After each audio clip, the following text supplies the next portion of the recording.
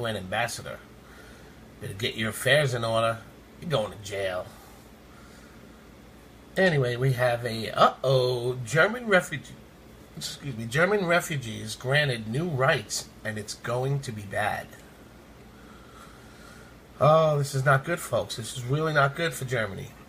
About 270,000 Syrians have been granted the right to bring their entire family members to Germany. Let's try to put that in perspective here. Let's say it's 100,000 of them, and they each brought 5 people. That would be 500,000 people. But let's put it where it really belongs. This is not 100,000 Syrians. This is more like 300,000 Syrians.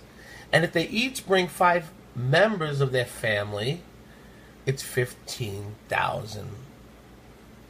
I'm sorry. 1,500,000 immigrants being brought in. Syrians, no less. 1.5 million. Okay, let's get into this. Oh, and why do you think they're doing this? Why do you think they're so generous with their country? Because those 1.5 are going to vote in the way they frickin' tell them to. Get it? It's all about the votes.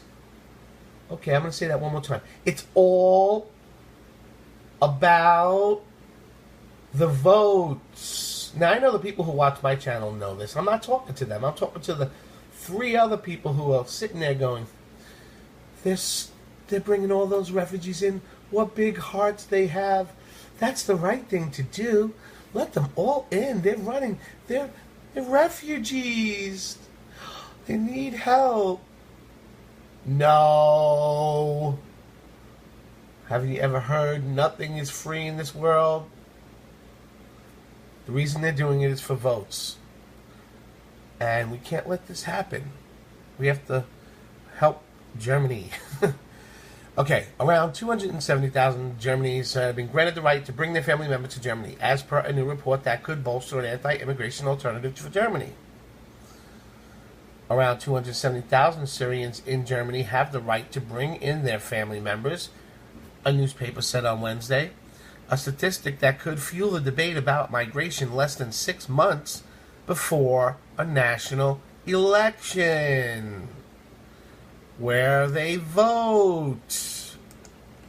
Mass-selling tabloid Bild cited a government paper showing a total of 431,376 Syrians applied for asylum in Germany in 2015 and 16, and said to rose to 265,500 would be entitled to family reunifications in Germany.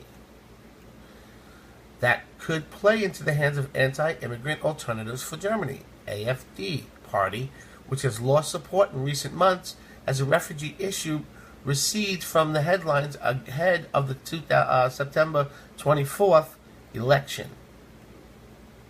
Senior AfD member Alexander Goulard condemned the figures, saying it was absolute madness to allow so many people to bring their families to Germany. Billions and billions of tax money are going to be swallowed up, and the social state is being steered towards breakdown while our eyes are wide open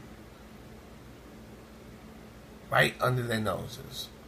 Neither the Federal Office for Migration and Refugees, BAMF, nor the Interior Ministry immediately responded to requests for comment on the report. In 2016, the government decided to suspend family reunifications for 2 years for migrants because there was no election going on. You know what I mean? You know what I mean? Who get subsidy protection granted to the people who are not considered as... Let me reread it. The government decided to suspend family reunifications for 2 years for migrants who get subsidiary protection granted to people who are not considered as being persecuted individually, but whose home country there is war, torture, and other inhumane treatment. Syrians. So what we do is we cause whoever is doing it cause a war, and then they bring everyone in. Nice plan. Syrians are the biggest group of asylum applicants in Germany. They are increasingly being granted subsidiary protection rather than refugee status, and that means they are only granted the right of residence for a year, although this can be extended. But Chancellor Merkel, Christian Democrat, their Bavarian sister party, the Christian Social Union, and the Social Democrats, their junior coalition partner, decided last week to make exceptions for people with subsidiary protection status in hardship cases. More than 1 million migrants flocked to Germany in 2015 and 16, but arrivals have dropped significantly. The AfD, which has made immigration one of its key rallying points, is currently on between 7 and 11% in the opinion polls, above the 5% threshold to enter parliament. The CSU leader, Horst Seehofer, told German magazine Sterling Hacken that ATF was a main aim.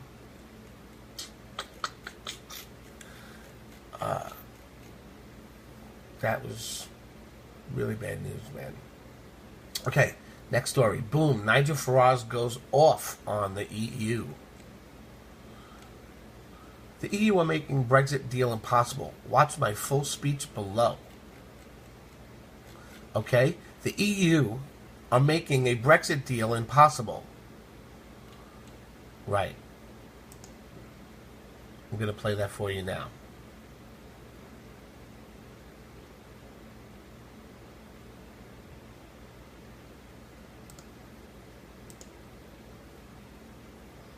On behalf of the EFDD group, the floor goes to Mr. Farage.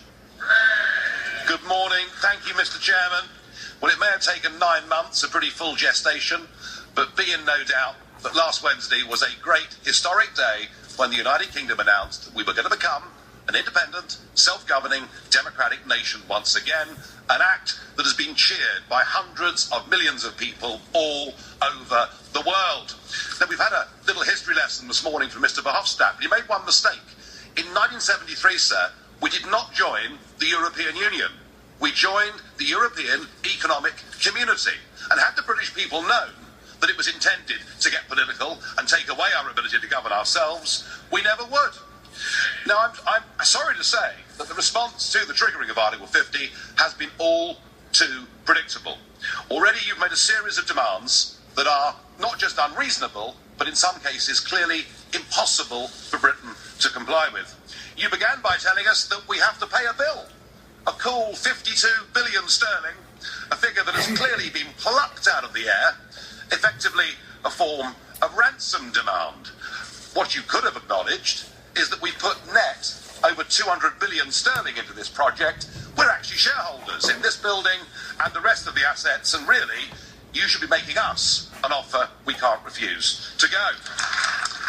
And the ever-charming Mr. Verhofstadt, the Parliament's chief negotiator, in his resolution that we're to vote on later today, tells us that we cannot discuss potential trade deals with anybody else in the world until we've left the European Union.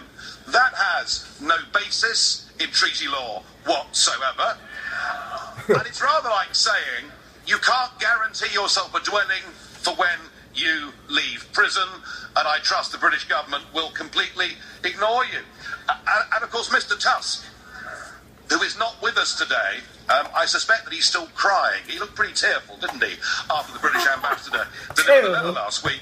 He tells us in his memorandum that any future trade deal must ensure that the United Kingdom is not allowed to have a competitive advantage. This is all impossible, and you add to that the hypocrisy of, on the one hand, saying the EU will negotiate as one, and clause 22 of the Tusk document saying that actually Gibraltar, that the Spanish can have a total veto over the whole trade deal if they're not happy with the sovereignty of Gibraltar. We believe in national self-determination.